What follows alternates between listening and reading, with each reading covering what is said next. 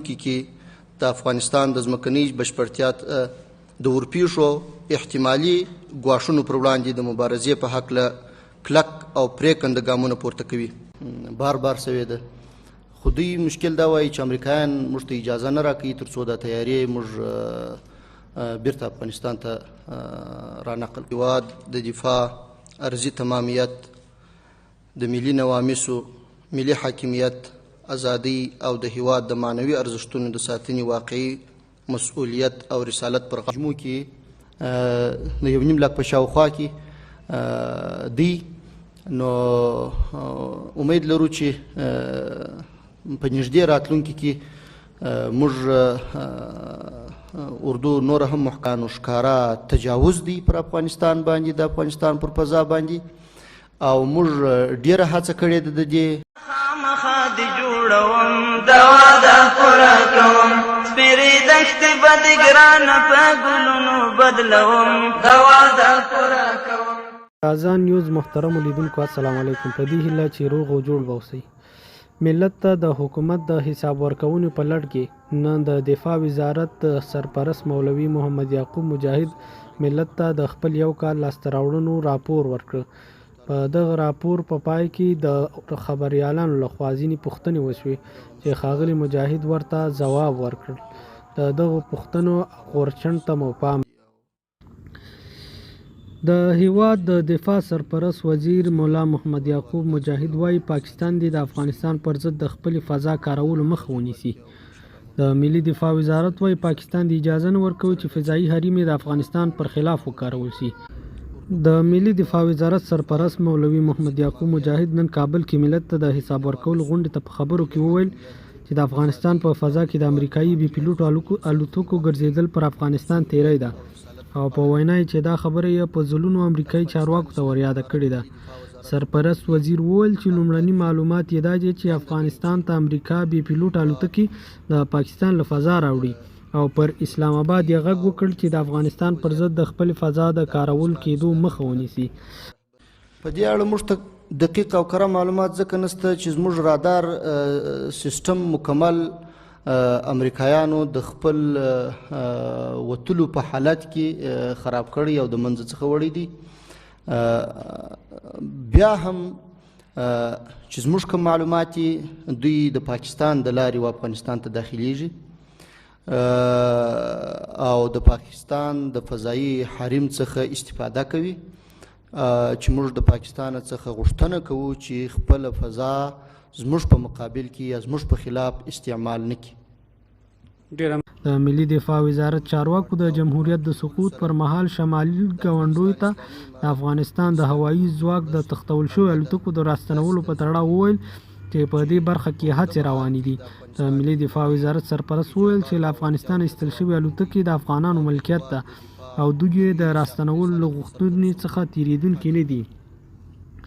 ښاغلي مجاهد وویل په دې اړه لکه څنګه چې موږ مخکې غوښتنه کړې وه د دوی څخه په مجالسو کې غونډو کې چې کله زموږ هیئتونه هلته تللي دي یا د دوی څوک دلته راغلي دي، ازبکستان دی که خصوصا د هغوی سره په دې ارتباط خبره سوې ده، بار سوې ده، خو دوی مشکل دا وایي چې امریکایان موږ ته اجازه نه راکوي تر څو دا تیارې موږ بیرته افغانستان ته رانقل کړو. نو ستونزه دا ده، په دې اړه بیا د امریکایانو سره هم خبره کړې ده او هغوی ته مو هم دا ویلي دي چې دا خو د ملت شتمني ده، د افغانستان حق دی، د هیچا یو شخصي شی نه دی، نو باید دا بیرته افغانستان ته وسپارل شي. په هر صورت موږ تر دې غوښتنه هیڅ نه یو تیر، هیڅ وخت نه تیریږو، او تر څو پورې چې مو بیرته هغه هلیکوپتر او تیارې چې د هیواد څخه ایستل شوي دي هیواد ته راوړي نه وي، راوستلي نه وي، تر هغو به قرار نه کښېنو. ښاغلي مجاهد همدا ډول د دې پوښتنې په ځواب کې چې د اردو تشکیل څو ته رسېدلی ده، د سرحد ساتلو لپاره څومره سرحدي ځواکونه ګمارل شوي دي، او همدارنګه حربي پوهنتون کې څومره شاګردان زده کړې کوي، او آیا حربي پوهنتون اوس هم فعال ده که نه. ښاغلي مجاهد د دې پوښتنو په ځواب کې وویل د اردو شمیر تر 1.5 لک نفرو پورې رسیږي، او په نږدې راتلونکي کې به نور نفر هم ورته جذب شي. ښاغلي مجاهد همدا ډول زیاته کړه کېدای شي په لومړیو کې داسې کسان ننوتلي وي چې هغه د دې وړ نه وي چې په اردو کې جذب شي او دغه پروسه به روانه وي. د دې پوښتنې په ځواب کې چې د افغانستان سرحدي ځواکونه څومره دي او په سرحد کې څومره ځواکونه میشت دي، ښاغلي مجاهد وویل 8 سرحدي لیواګانې دي او په هره لیوا کې تر 3000 پورې مجاهدین دي چې د سرحدونو د ساتلو لپاره کافي ځواک ده.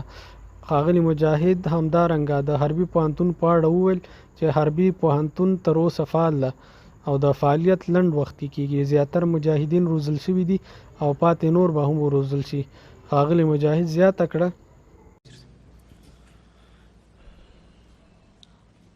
د اردو تشکیل خو تقریبا د 1,40,45 تر 1.5 لک پورې په داسې اندازه کې دی. دا چې اوس هم زموږ کار روان دی په دې اړه په اوایلو کې کېدلی شي ځینې داسې کسان چې هغه د دې وړ نه وي چې په دې پاکه اردو کې واوسیږي د هغوی ایستل او د نورو کسانو شاملول دا پروسه څه جنجالي ده، خو البته د اردو تعداد په مجموع کې د 1.5 لک په شاوخوا کې دی. نو امید لرو چې په نږدې راتلونکي کې موږ اردو نور هم محکمه او مستحکمه کو. اوس هم لله الحمد ډیری کسان روزل سوي او په خدمت باندې بوخت دي. دا چې په سرحدونو کې څونه ځواکونه دي تر اوسه پورې دلته دا معلومات ما د ځانه سره نه وراخیست چې دقیق شمیر درته وښیم، خو تقریبا 8 سرحدي لیواګانې موږ لرو. د هرې سرحدي لیوا په چوکاټ کې 3000 شاوخوا مجاهدین په هر سرحدي لیوا کې وجود لري او په خدمت بوخت دي. حربي ښوونځي فعاله ده، چون فعالیت یې لږ وخت کېږي چې شروع کړی دی. څه کسان مخکې چې زده کړې نیمګړي پاته وي هغوی فارغ سوي دي، د نورو کسانو جذب انشاءالله روان دی.